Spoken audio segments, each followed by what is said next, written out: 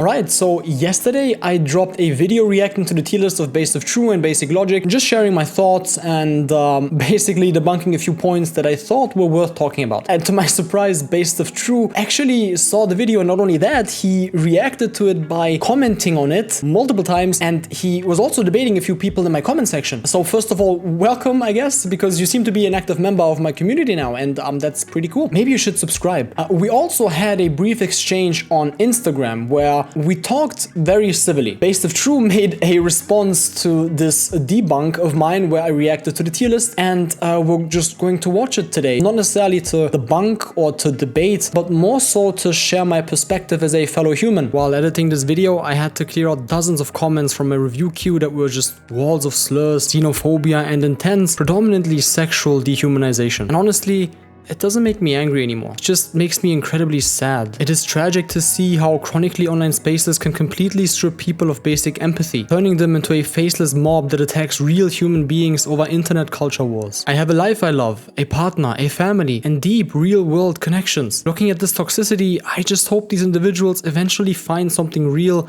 outside of these screens too. This entire experience has completely solidified my purpose on this platform. I want this channel to be a force for good, with empathy and integrity at the forefront. I want to build a safe sanctuary for people who feel unseen or discarded by this hyper-cynical online world. So if you came here from this channel ready to continue the harassment, I challenge you to stick around anyway. See what a real human conversation looks like. And to my community, let's start practicing what we preach right now. Head over to his video and leave some genuine positivity. Let's show them we can do better. Now, let's talk about the actual video he made. And it should go without saying, but please do not leave any mean comments. I've actually talked to Gabriel behind the scenes, and I'll mention that towards the later half of the video, but he seems like a pretty genuine guy. We did talk behind the scenes, like he said, and I have the same impression of him. He seems chill, but here's the first issue that I have. In one of the messages, we talked about how his community is overly aggressive, how his community likes to troll and harass people, and how his community enables very hateful and dangerous, harmful views. He said he cannot control what they do, which is true. You cannot control what your community does, but you can control the people that you cultivate, the culture you encourage, the culture you cultivate, and the culture that you yourself embody. It just doesn't look great if your community outright brigades other content creators for having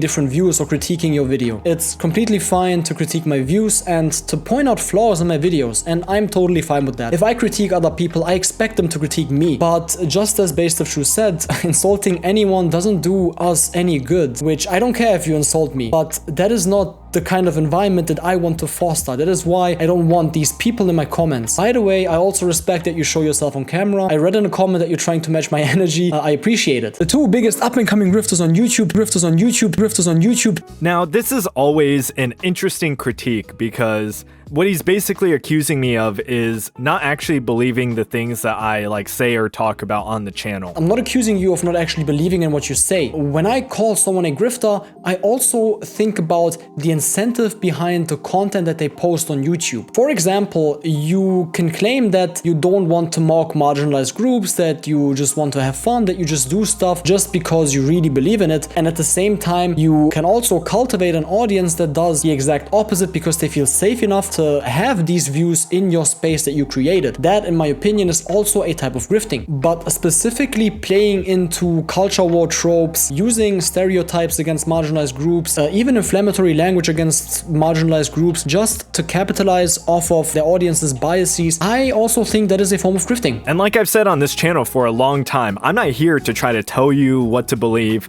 or say that you must believe what I believe or you're a bad person. I'm just sharing my ideas, and if you want to take them, great, and if you don't, oh well. But my goal above all has been to be entertaining to you guys. I don't like these extremely, I guess, divisive political conversations that we see nowadays. My goal on here is to have fun. And that is totally fine. And I mean, that's obviously the goal for everyone. We want to have fun doing what we love, and we want to earn from it if possible. That is a privilege to have. It doesn't really accurately reflect the complexities of being a YouTuber with a platform. By having fun and by clowning on people with different opinions, you enable and you train your audience to do the same. You enable these harmful views by not explicitly denouncing them. Not having to acknowledge the power that you hold with your platform is, in my opinion, somewhat problematic. You need to look at the reality of the platform you created. If you having fun directly results in the potential harm of people and groups, be it on the internet or even in overflowing consequences outside of the internet, then that gets to a point where you have to evaluate what type of audience you cultivated. Now, the second accusation he made was he called me a bigot, which, you know, I've heard that a billion times. All I have to say is, like, if you go through my comments section, I really try to leave as many comments as I can up there, whether I agree with them or not, because I believe in freedom of speech, by the way. When you actually listen to my content, I'm actually way less radical than a lot of the people in my comment section, so they probably disagree with me, and that's, like I said, that's fine. I can't force you to, you know, not be racist, I guess. Yeah, you can't force anyone to not be racist. That's not your responsibility at all, and I agree with that. But you can make your community inhospitable for them. You don't have to give them a space where they feel safe enough to spread these views. In your best interest, if you are really a free speech advocate, then you have to condemn ideologies that would infringe on free speech the moment they get into power. And that is the thing that I always criticize with people that say they are for free speech. Free speech is a treaty, and it can only work if all of the people involved in this free speech treaty adhere to the rules that we set. It is not just a free pass to do and say whatever you want, because at some point you will get to a point where rights are going to be limited. But yeah, I certainly don't hide my critiques of Islam. You know, I try to judge everybody on a very individualistic level. You know, religion's a complicated thing, and people are told all types of different things. So, you know, I like to talk to the person first before I just assume that, you know, they think 13-year-olds should marry. The next one is actually something that is quite interesting, because we talked about this too, and I've also been told a lot of times in my comment section that I got this one wrong, so I will stand for my mistakes. So let's see what he says about the streamer that supposedly is Frogan. I've never heard of him. Of course, he's showing a Muslim woman when talking about low-income voters, because subtle racism, am I right? That is definitely a targeted attack. Really? You know, I'll give you the benefit of the doubt because I don't think you know who this is, but I would suggest doing any type of research on Frogan because she is just perpetually poor because of her awful takes that she makes. Like, she said that veterans deserve PTSD, and she once made a race tier list and put Jews on the bottom. She's just a failed streamer who became a lol cow, and that's why I included her. It has nothing to do with her being Muslim. I don't know her, and if she said those things, that's terrible. But my original point stands. Using her image to represent low-income voters without context relies on bad faith optics. Alrighty, next on our tier list is the destroy the child strategy, aka abortion. Destroy the child, what the fuck? I mean, what else is getting terminated here? Okay, so you have moral consideration for the woman's bodily autonomy, but no moral consideration for the thing that we both agree on is a human life's bodily autonomy. Yeah, again, this is just, it's a difficult question. I've been confronted with a lot of arguments in my comment section as well. For me, I just believe in the women's bodily autonomy first. The woman is the grown, fully developed human that participates, contributes, exists in society. Fucking up a whole generation of offspring to fulfill some moral obligation is actual moral bankruptcy. Yeah, I just think a better solution is to actually build and cultivate a society and culture that makes it so that we don't feel like we need to kill millions of children. Yeah, but how exactly are we going to create this type of society? Why are we using this super inflammatory language where you make it seem like it's either killing babies or protecting them, when in reality the woman is affected by the pregnancy and the baby doesn't really feel anything, if you can even consider it a baby. It's not a baby at that point at all. Solely due to the failure and responsibility of women. I think men should be equally responsible too, but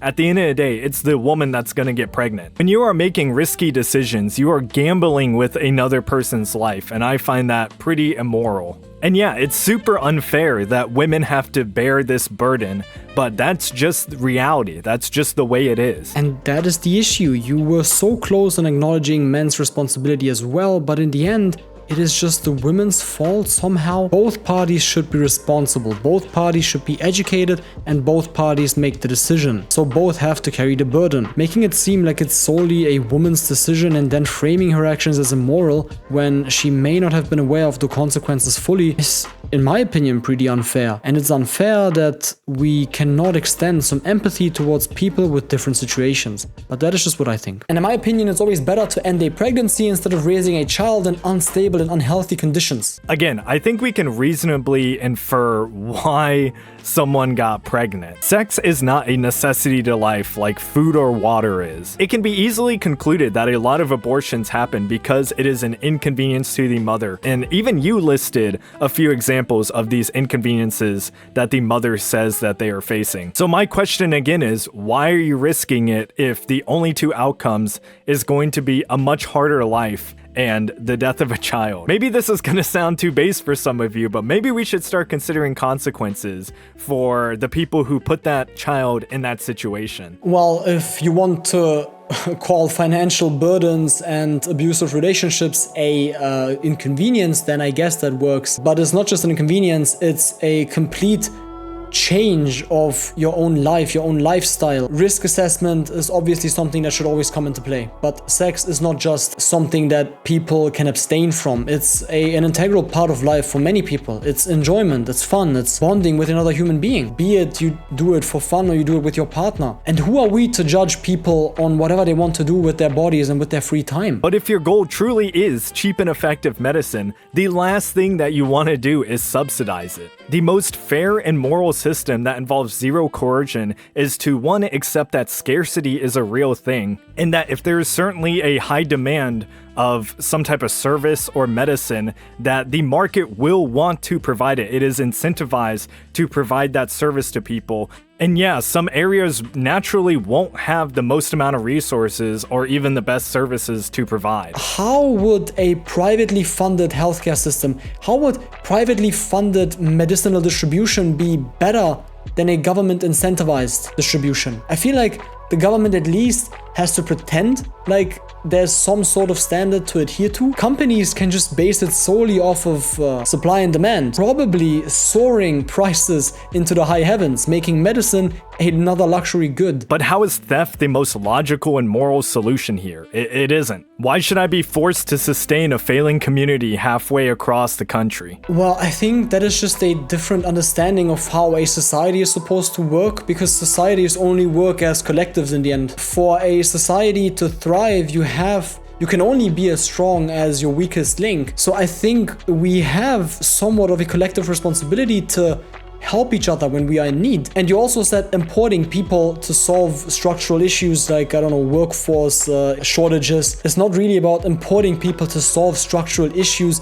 It's more about helping people that need help, and while they're here anyway, give them work, integrate them into society, and give them something to contribute towards. That is always better than sending them back into a situation where their life is in danger. I think that we can afford a bit of humanity. That's sanctuary cities and extremely loose immigration policies. There are a lot of factors in our current society that make having a welfare system entirely untenable because we're in a very toxic middle ground. These welfare and government assistance programs from the federal level down are very poorly mismanaged and allow people who don't even qualify for them to have access to them on a regular basis. So yeah, that's the part of my video that he cut out, which is unfortunate because it's actually the foundation for my argument. It's all by design because the corrupt elites want to gain more control than they already have, because they definitely need your vote to be able to do whatever they want, as we've seen in the past. Yes, if a family gets imported here and provided all the resources necessary to continue living on a baseline level, why would they not vote for the people who allowed them to actually be there in the first place? Okay, yeah. I cut that part out because, well, I mean, I agree with that part, and it doesn't really change the fabric of your argument. I agree that there's lots of misused incentives by the government to aid people that aren't supposed to get the benefits that they receive. On the other hand, it still doesn't solve your volatile voting incentive, because those people still cannot vote. They can be supported. Yeah, tax money could be used to help them and aid them and maybe misdirected, but it doesn't make them able to vote in federal elections. And that's the main point I was criticizing. There is a huge amount of political capital to be gained through this strategy, but also Again, it's our tax dollars that's doing it. If you don't agree to the government importing third world populations into your country, tough shit, you're just gonna have to put up with it. I think another problem is birthright citizenship with, again, the way our current welfare system works, which is the point that you completely cut out because it would justify every single opinion I've had after this. Like, I actually don't have a problem with immigration for the most part. Like, I'm a libertarian. If you want me to get even more based about this, I would say that they absolutely have the right to come here and fucking starve in the street. Now, that's not what I want, but like, again, why should I have to pay to sustain a family that is, again, halfway across the country? Yeah, again, I just double checked because I wanted to make sure, but parents cannot directly apply for citizenship through their birthright citizenship child. So again, it doesn't address the main claim that I was criticizing, where you said that it's a volatile voting incentive.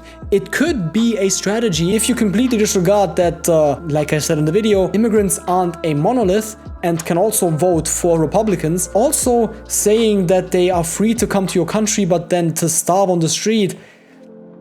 I don't need to say how that is severely lacking in empathy, and I think that is the biggest difference between us. I just have empathy for my fellow human beings, where you don't really care about that and you are more concerned about your own welfare. But yeah, we had an Instagram discussion, and I'm not going to show it here or anything just out of the sake of privacy, but we were just talking about, like, why am I collaborating with people who, like, I disagree with or have said, you know, X thing that is bad. And I did ask him to specifically, like, find a clip where it was just, I don't know, completely unjustified what he said.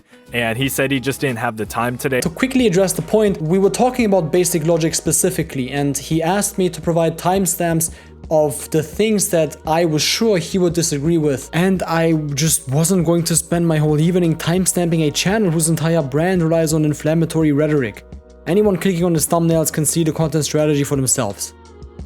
And my main criticism to him was, why do you associate with people that are so seemingly contrary to your beliefs? Also, as a true libertarian, as someone who should believe in freedom of all kinds, why do you associate with someone that inherently hates freedom for everyone else but his own group? I also said I don't like the notion of guilty by association, but in this case, you are giving this person a platform. And here's where I think the grifting thing from the beginning comes into play, because if you really believe in what you do, if you really believe in what you say, then giving people that inherently oppose your views because of a strategic collaboration on YouTube for engagement, for views, for monetary reasons is disingenuous. Associating yourself with people like him, with channels like him, is not good for your brand and also badly reflects on your community as a whole. And on a side note, I don't even think racism or sexism is like the worst thing you can be either. I think there's plenty more ideologies that have a much bigger impact and are much more harmful than, you know, some guy just not liking brown people. I talked about privilege in my last video, and this is kind of what I meant. I'm not meaning to attack you personally, obviously based...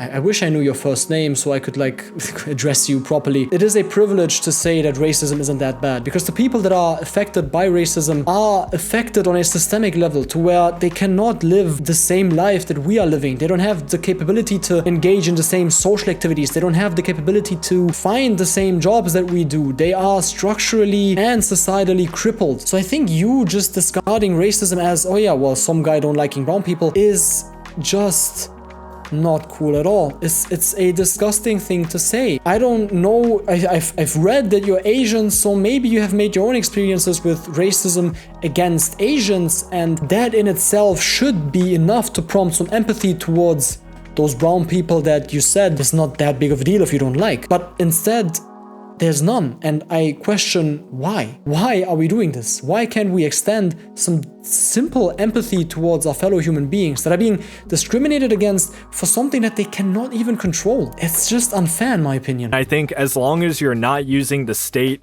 to enforce aggression on someone who, you know, whose skin color you don't like, or you're being aggressive to them, It's not really something I personally put a lot of consideration into. Yeah, again, not being able to not put a lot of consideration into that is a privilege in and of itself.